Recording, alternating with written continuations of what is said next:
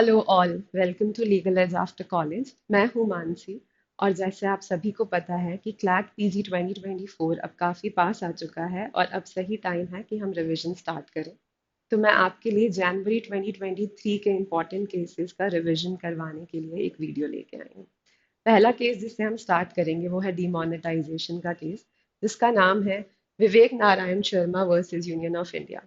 ये जजमेंट दिया था justice S Abdul Nazeer, justice B R Gavai, justice A S Bopanna, justice V Ramasubramanian and justice B V Nagarathna ने। ये जजमेंट 4:1 की मेजोरिटी से आया था, जिसमें बी वी नागरत्ना ने अपना डाइसेंटिंग ओपिनियन दिया था। इस इस केस में तीन ग्राउंड्स पे सुप्रीम कोर्ट ने कहा था कि डिमोनेटाइजेशन का एक्ट कॉन्स्टिट्यूशनल है। पहली चीज ये बोली गई थी कि ये टेस्ट ऑफ प्रोपोर्शनैलिटी को फुलफिल करता है और एक रैशनल नेक्सस क्रिएट करता है between the objective sought to be achieved and the intent of the legislation. Objective sought to be achieved था end of black money, end of corruption, end of hawala transactions. इसलिए जो intent था government का to demonetise the currency वो सही था, क्योंकि ये ऑब्जेक्टिव अचीव करने के लिए डिमोनेटाइजेशन ज़रूरी था। और इसलिए ये जो हमारा एक्ट है ये टेस्ट ऑफ प्रोपोर्शनैलिटी को फुलफिल करता है। दूसरा इशू जो रेज हुआ था वो ये हुआ था कि section 26 subsection 2 of RBI act के अंदर सेंट्रल बोर्ड जो आरबीआई कॉन्स्टिट्यूट करती है उसके रिकमेंडेशन पर ही सेंट्रल गवर्नमेंट किसी भी करेंसी का डिमोनेटाइजेशन कर सकती है।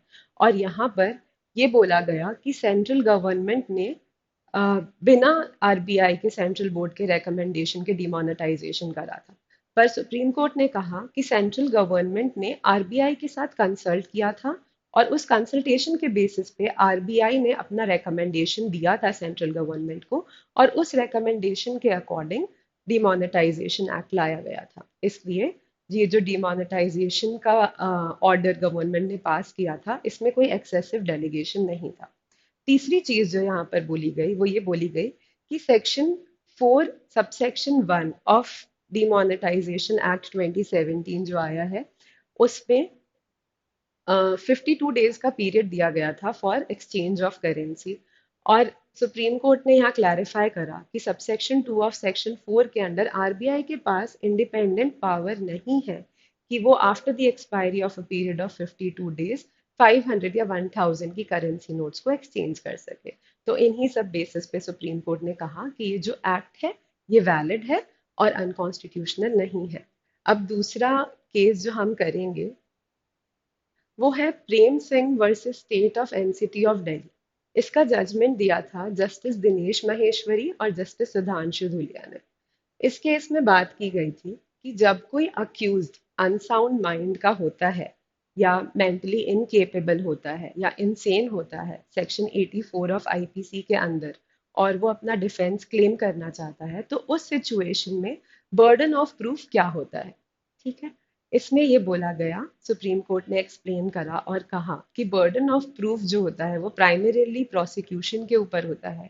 प्रोसिक्यूशन की ड्यूटी है और प्रोसिक्यूशन की लायबिलिटी है कि वो till the end of the trial beyond reasonable doubt ये चीज प्रूव करे कि अक्यूज ने ऑफेंस कमिट करा है। फिर सुप्रीम कोर्ट ने दूसरी चीज ये बोली कि एक रिबटेबल प्रिजम्पशन होता है कि अक्यूज जो है वो साउंड माइंड का था जिस वक्त ऑफेंस कमिट किया गया। पर अगर अक्यूज ये प्रूव करना चाहता है कि वो साउंड माइंड का नहीं था या किसी भी प्रकार से इनकेपेबल था, इनसेन था, तो ये बर्डन ऑफ प्रूफ अक्यूज्ड के ऊपर है कि वो ये स्टैब्लिश करे कि वो इनसेन था या मेंटली साउंड नहीं था। और ऐसी सिचुएशन में जो quantum of burden of proof है या जो level of burden of proof है वो एक सिविल केस की प्रोसीडिंग के बराबर का रहता है, जिसे हम कहते हैं प्रीपॉन्डरेंस ऑफ प्रोबेबिलिटी। तीसरी चीज सुप्रीम कोर्ट ने ये बोली कि अगर अक्यूज कंक्लूसिवली ये बात प्रूव नहीं कर पा रहा है कि वो इंसेन है या अनसाउंड माइंड का था या incapable of committing the offence था at the time when offence was committed, तो उसे सिर्फ एक रीजनेबल डाउट क्रिएट करना है in the mind of the court. और अगर कोर्ट सेटिस्फाई हो जाता है कि एक रीजनेबल डाउट है कि अक्यूज ने ऑफेंस नहीं करा था या अक्यूज इनसेन माइंड का था, तो ऐसी सिचुएशन में कोर्ट ये मान लेगा कि वो इनसेन था और उसको अक्विट कर देगा। बट प्रेजेंट केस में कोर्ट ने अक्यूज का कॉन्विक्शन अपहेल्ड करा था और ये बोला था कि वो स्टैब्लिश नहीं कर पाया है और वो एक रीजनेबल डाउट भी क्रिएट नहीं कर पाया है कि वो अनसाउंड माइंड का है या इनसेन है। थर्ड जजमेंट जिसमें हम आएंगे वो है Sabarmati gas limited versus Shah alloys limited.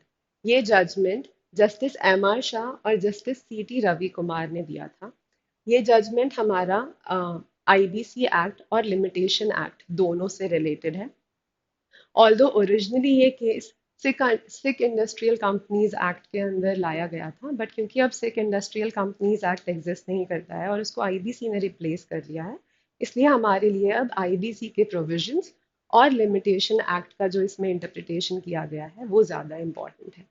इसमें इशू ये रेज हुआ था कि क्या कॉर्पोरेट इंसॉल्वेंसी रेजोल्यूशन प्रोसेस जो आईबीसी के सेक्शन 7, सेक्शन 9 और सेक्शन 10 में इनिशिएट की जा सकती है, क्या उसके डिले करने पर, क्या वो प्रोसेस की एप्लीकेशन इंस्टीट्यूशन के डिले के लिए कॉन्डोनेशन की application section 5 of limitation act के अंदर लगाई जा सकती है या नहीं लगाई जा सकती। तो ये क्वेश्चन है कि लिमिटेशन एक्ट की एप्लीकेबिलिटी आईबीसी पर होगी या नहीं होगी। तो सुप्रीम कोर्ट ने कहा कि लिमिटेशन एक्ट में कॉन्डोनेशन की एप्लीकेशन हम आईबीसी के अंदर भी दे सकते हैं। अगर सीआईआरपी की एप्लीकेशन फाइल करने में डिले हुआ है तो हम सेक्शन 5 ऑफ लिमिटेशन एक्ट के अंदर एक कॉन्डोनेशन एप्लीकेशन दे सकते हैं। ये बोलते हुए सुप्रीम कोर्ट ने कहा कि हमेशा जब भी किसी लेजिस्लेशन का इंटरप्रिटेशन किया जाता है तो उसका ऑब्जेक्ट देखा जाता है कि उसका इंटेंट क्या था। और यहाँ पर लिमिटेशन एक्ट का इंटेंट ये है कि किसी भी प्लेंटिफ को या किसी को भी जो सीक कर रहा है जस्टिस उसको अननेसेसरीली कोई प्रॉब्लम क्रिएट ना हो, इसलिए सुप्रीम कोर्ट ने कहा कि यहाँ पर सेक्शन 5 एप्लीकेबल होगा। बट यहाँ एक और क्लैरिफिकेशन दिया गया, वो ये है कि अगर किसी स्टैट्यूट में स्पेसिफिकली मेंशन्ड है कि एक after a period of 3 years you can file the application within a period of 6 months या फिर it is extendable up to a period of 6 months, तो उस सिचुएशन में आपका लिमिटेशन एक्ट एप्लीकेबल नहीं होता है। इसके बाद हमारा नेक्स्ट जजमेंट है Jaswant Singh and others versus the state of Chhattisgarh. ये जजमेंट दिया था justice Vikram Nath and justice Bela Trivedi ने। ये जजमेंट हमारा बात करता है, ये जजमेंट बेसिकली एडमिन लॉ से रिलेटेड है और स्टैंडिंग ऑर्डर के ऊपर डिस्कशन करता है।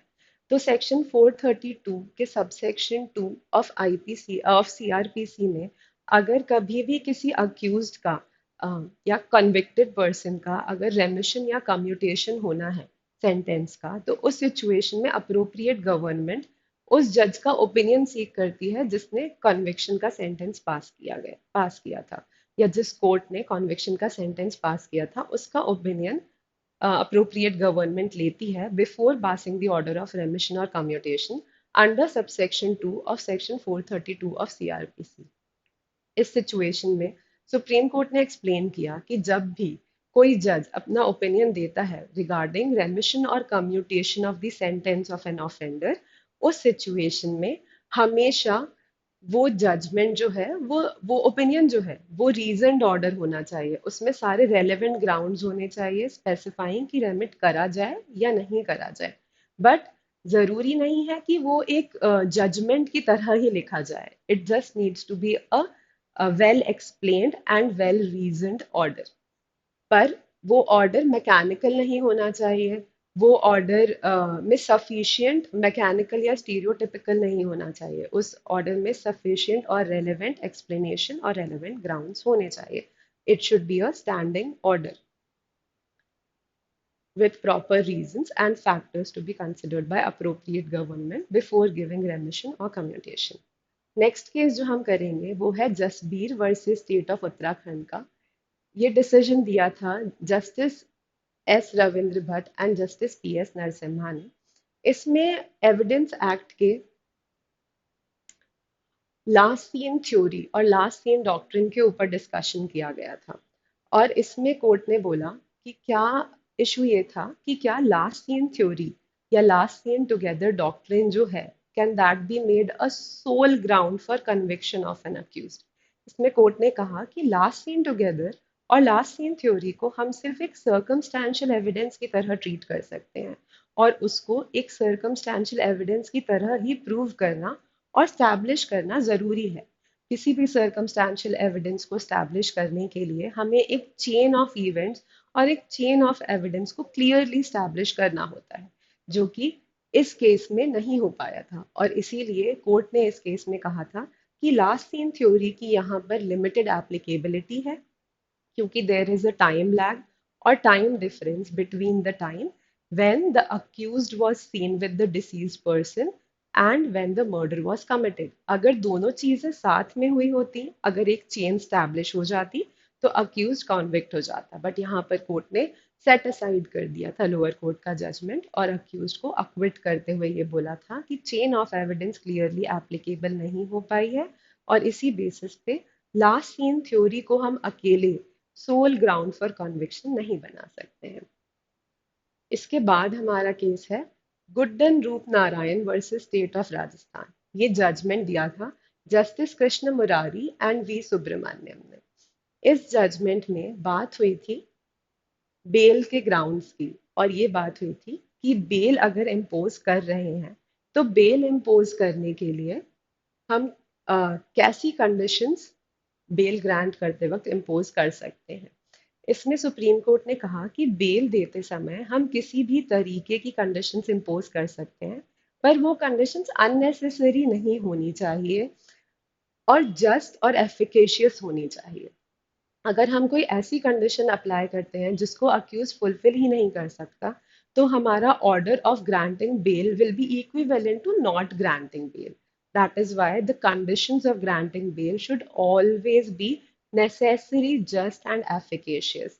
इस प्रेजेंट केस में कोर्ट ने अक्यूज को 1 लाख रुपीज का बेल बॉन्ड और 50,000 रुपीज की श्योरिटी लाने के लिए कही थी, जिस बेसिस पे कोर्ट ने कहा कि this condition is very high and such unnecessary conditions should not be applied before granting bail to an accused.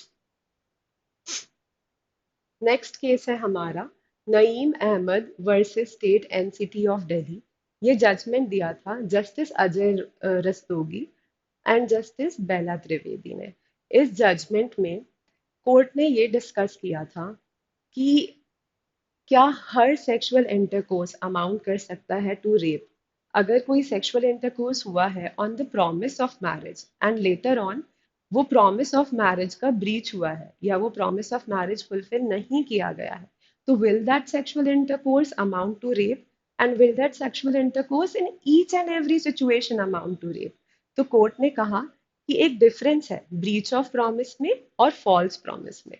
अगर किसी ने प्रॉमिस ऑफ मैरिज किया है और उसके बेसिस पे कंसेंशुअल सेक्सुअल रिलेशनशिप स्टैब्लिश हुआ है और वो ब्रीच ऑफ प्रॉमिस जिस टाइम पर प्रॉमिस किया गया उस टाइम पर इंटेंशनल नहीं था, तो ये रेप को अमाउंट नहीं करेगा। बट अगर कोई फॉल्स प्रॉमिस ऑफ मैरिज है जो कि सिर्फ और सिर्फ प्रोसिक्यूट्रिक्स को मिसलीड करने के लिए या उसको सिड्यूस करने के लिए किया गया था, तो उस सिचुएशन में क्योंकि उसका कंसेंट कंप्लीटली फ्री नहीं माना जाएगा और अंडर मिसकंसेप्शन ऑफ फैक्ट्स माना जाएगा, इसलिए उस सिचुएशन में ऐसा sexual intercourse will amount to rape.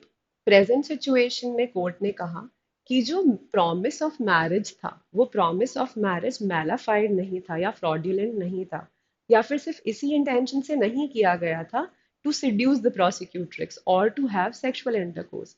और ये भी कहा गया कि whenever any person gives the consent तो वो consent को हमेशा weigh करके देते हैं। they always see what is right and what is wrong और उसके basis पर consent दिया जाता है। और present situation में जो prosecutrix थी वो mature and intelligent enough थी to understand the consequences of her consent। इसी वजह से accused को acquit कर दिया गया था और lower court का conviction set aside कर दिया गया था। आगे अगर आप डिटेल में और अच्छे से हमारे केसेस को पढ़ना चाहते हैं और अच्छे से बाकी के केसेस लाइव केसेस डिटेल में जानना चाहते हैं, तो आप हमारा लीगल एज आफ्टर कॉलेज का 50 डे बुलेट क्रैश कोर्स भी ज्वाइन कर सकते हैं फॉर क्लैट पीजी। अभी भी इनफ टाइम है, अभी भी आप सब अच्छे से तैयारी कर सकते हैं। इसमें आपको सभी रिकॉर्डेड क्लासेस मिलेंगी, सारे सब्जेक्ट्स की, और लाइव क्लासेस मिलेंगी रीसेंट जजमेंट्स की और रीसेंट केस लॉज की। ऑल्दो ये बैच हमारा 16 अक्टूबर को स्टार्ट हो गया था, बट अभी ज़्यादा दिन नहीं हुए हैं। ऑल्दो काफ़ी बच्चों ने एनरोल करा है, बट जो क्लासेस हो चुकी हैं उसके भी रिकॉर्डेड सेशंस आपको मिल जाएंगे। तो अगर आप चाहें तो अभी भी आप इसमें एनरोल कर सकते हैं और काफ़ी अच्छे से डिटेल्ड और एक्सप्लेन्ड वीडियोस अटेंड कर सकते हैं। Thank you all the best with your preparation, study well, bye bye.